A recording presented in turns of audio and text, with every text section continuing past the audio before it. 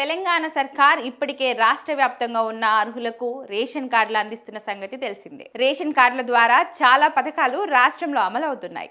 కానీ గత కొంతకాలంగా వేలాది మంది ప్రజలు రేషన్ కార్డులు ఉన్నా వాటిని వినియోగించుకొని రేషన్ తీసుకోవడం లేదు. అలాంటి వారిపై రాష్ట్ర పౌర సరఫరాల శాఖ కీలక నిర్ణయం తీసుకుంది. వరుసగా 6 నెలల పాటు రేషన్ తీసుకొని వారి కార్డులను రద్దు చేసేందుకు నిర్ణయించింది. అన్ని మండలాల నుంచి అధికారులు ఇప్పటికే సమాచారాన్ని సేకరించారు. గత 6 నెలలలో రేషన్ తీసుకొని వారి వివరాలను అధికార యంత్రాంగం పరిశీలించింది. ఇందులో ఒక్కసారి కూడా రేషన్ తీసుకొని వారు 76,842 రేషన్ కార్డులు ఉన్నట్లు తేలింది. దీంతో ఈ మొత్తం కార్డులను వెంటనే రద్దు చేయాలని తెలంగాణ సర్కార్ నిర్ణయించింది. ఈ వివరాలను అన్ని జిల్లాల కలెక్టర్లకు పంపించడంతో పాటు కొద్ది రోజుల్లోనే వారి రేషన్ కార్డులను జాబితా నుంచి తొలగించనున్నట్లు తెలిపింది. కలెక్టర్ల నుంచి వచ్చిన నివేదిక ఆధారంగా 76,842 రేషన్ కార్డులలో ఉన్న అనర్హులను గుర్తించి త్వరలోనే వారి కార్డులను రద్దు చేయనున్నట్లు తెలిపింది. కనీసం 6 నెలలుగా రేషన్ తీసుకొని వారి జాబితాను కేంద్ర సర్కార్ ఇటీవలే రాష్ట్రానికి పంపింది.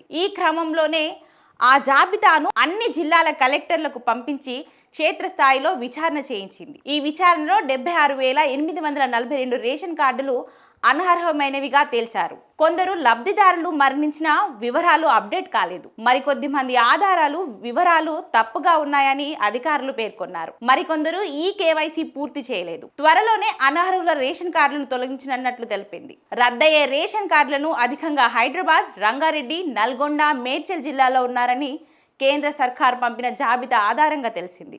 రాష్ట్రంలో మొత్తం రేషన్ కార్డుల సంఖ్య 91.83 లక్షలకు చేరింది. తెలంగాణ ప్రభుత్వం కొత్తగా 2 లక్షల రేషన్ కార్డులకు గ్రీన్ సిగ్నల్ ఇచ్చింది.